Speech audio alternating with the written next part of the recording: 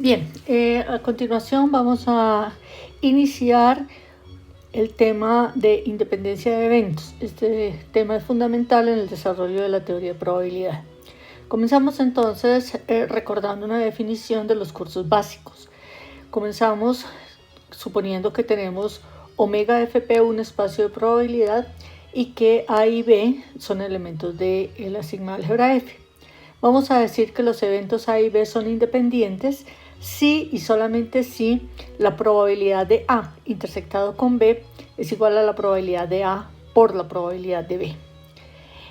Ahora generalizamos esta definición a una familia de eventos en la sigma álgebra. Vamos a suponer que omega fp es un espacio de probabilidad y que A sub i es una familia de eventos de F. Vamos a decir que la familia es independiente 2 a 2 si solamente si para todo i diferente de j la probabilidad de A sub i intersectado A sub j es igual a la probabilidad de A sub i por la probabilidad de A sub j.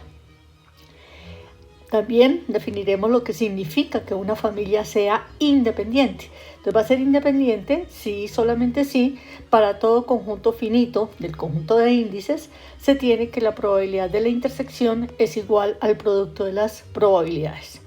Consideremos, por ejemplo, ahora el conjunto omega igual a ABCD, F la sigma álgebra total y P la medida concentrada en A. ¿Esto qué significa? Recordamos una definición que ya habíamos dado en clase. La probabilidad de un evento A entonces va a ser igual a 1 si el elemento A pertenece al conjunto y 0 si no. Los eventos A1, A2, A3 definidos como A1AB, A2BC, A3CD son independientes. No es difícil hacer la prueba, ya que es lo que nosotros tendríamos que mirar. Tendríamos que mirar que son 2 a 2 independientes y que los tres también satisfacen la condición dada en la definición. Si hacemos la intersección de A1 con A2, nosotros tendríamos, veamos a ver qué sería lo que tendríamos. Tendríamos que la probabilidad de A1 intersectado A2 pues va a coincidir con la probabilidad del conjunto cuyo único elemento es B. Pero la probabilidad del conjunto cuyo único elemento es B es 0. Y la probabilidad de A1 es igual a el conjunto, probabilidad del conjunto AB. La probabilidad de ese conjunto sería 1, en tanto que la probabilidad del conjunto cuyos elementos son B y C, que es el conjunto A2, es igual a 0. Por otra parte, de manera análoga, se ve que la probabilidad de A1 intersectado A3, ¿sí? Pues esto va a resultar igual a la probabilidad del vacío, que sería 0, y eso a su vez es igual a la probabilidad de A1 por la probabilidad de A3. Igualmente, la probabilidad de A2 intersectado A3, de nuevo, resulta ser igual a la probabilidad de vacío, que sería 0, y eso coincide con la probabilidad de A2 por la probabilidad de A3. Y finalmente, si ustedes consideran la probabilidad de A1 intersectado A2 intersectado A3, pues esta probabilidad es igual a la probabilidad de A1 por la probabilidad de A2 por la probabilidad de A3. Supongamos ahora que tenemos la siguiente situación. Consideramos el lanzamiento de un dado corriente 2 veces. Si nosotros consideramos A1 el evento de que el primer resultado es 2, A2 que el segundo resultado resultó 5 y finalmente que A3 que la suma de los resultados es 7, es fácil verificar que los eventos A1, A2 y A3 son 2 a 2 independientes, pero no son independientes. Es simplemente hacer los cálculos correspondientes y se ve que esta situación se tiene. Una pequeña observación que debemos hacer y que es importante es que el ser independientes o no ser independientes depende de la medida de probabilidad con la cual estemos trabajando. Dos eventos pueden ser independientes con respecto a una medida de probabilidad y no serlo con respecto a otra. Por ejemplo, si yo considero el experimento que consiste en el lanzamiento de un dado corriente y supongo que el evento A está dado por suma de resultados es par y B, el evento segundo resultado es par, entonces es fácil verificar que A y B son independientes.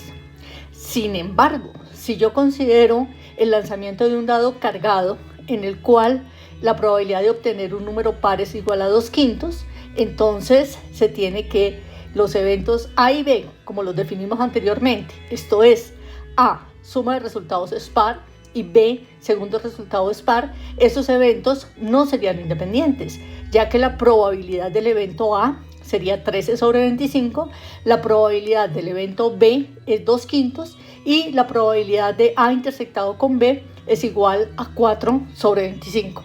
Entonces, es por esa razón que algunas veces, para ser más específico, se dice sean A y B eventos. Se dice que A y B son P estocásticamente independientes si se satisface la condición que dimos en la definición. Bien, ahora pretendemos generalizar la definición de eventos dos a dos independientes a la de clases no vacías de conjuntos 2 a 2 independientes o independientes en general. Entonces, aquí tendríamos, supongamos que omega fp es un espacio de probabilidad y vamos a suponer que C sub i, con i variando de 1, 2 hasta n, son clases no vacías de conjuntos en F.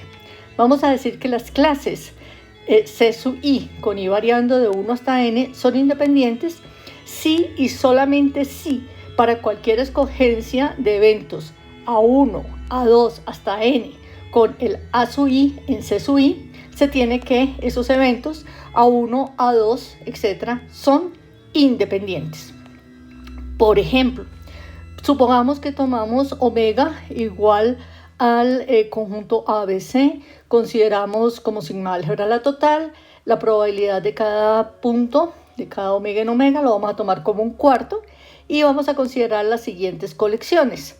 C1 va a ser la colección cuyos elementos son vacío y omega. C2, la colección cuyos elementos son el conjunto con elementos B y C y el conjunto con elementos A y D. C3 es vacío, conjunto unitario con elemento A, conjunto con elementos B y C, y C4 el conjunto cuyos elementos son el conjunto AB y el conjunto CD. Entonces nosotros tenemos que C1 y C2 son independientes. ¿Por qué razón? Supongamos que yo escojo del conjunto C1 el conjunto vacío. Evidentemente la probabilidad de vacío intersectado con cualquiera de los dos conjuntos que están en C2, pues eso me va a dar 0 y va a coincidir con la probabilidad de vacío por la probabilidad de BC o, en el otro caso, por la probabilidad de AD. Igualmente, si estamos considerando como escogencia en el C1 el omega y en el C2 el conjunto BC o el conjunto AD, de nuevo vamos a obtener que la probabilidad de la intersección de esos dos conjuntos va a ser igual al producto de las probabilidades. En tanto que si nosotros tomamos, por ejemplo, tomamos en el conjunto C3, cogemos el conjunto cuyo único elemento es A. Ese es el que voy a tomar en C3. Y voy a tomar en C4 el conjunto cuyos elementos son C y D. Entonces, si yo hago la intersección entre el conjunto AB y el conjunto CD, ¿sí? Eso me va a dar pues vacío. Y si calculo la probabilidad, pues me da la probabilidad de vacío, que es 0. Y por otra parte, la probabilidad del conjunto cuyo único elemento es A, ¿sí? pues esa va a ser igual a 1/4. Y la probabilidad del conjunto cuyos elementos son C y D, pues esto va a ser 2/4. Y entonces tendríamos que esto en total nos estaría dando 1/4 por 2/4, y eso pues es diferente de 0. Entonces las colecciones C3 y C4 no son independientes. Nosotros queremos ver qué relación existe entre la independencia de una colección de subconjuntos de omega y la independencia de las sigma álgebras generadas por esa colección de subconjuntos. Para poder responder a esa pregunta necesitamos introducir ciertos conceptos. En primer lugar, vamos a mirar qué significa que una colección de subconjuntos de omega sea un pi sistema. Entonces tenemos que si omega es un conjunto no vacío y C es una colección de subconjuntos de omega, entonces vamos a decir que la colección es un pi sistema, o equivalentemente que es cerrada bajo intersección si y solamente si al tomar dos elementos A y B en la colección, la intersección de nuevo pertenece a esa colección. Entonces ahí pues no es difícil ver que no es difícil ver que toda álgebra sobre omega va a resultar ser un pi sistema.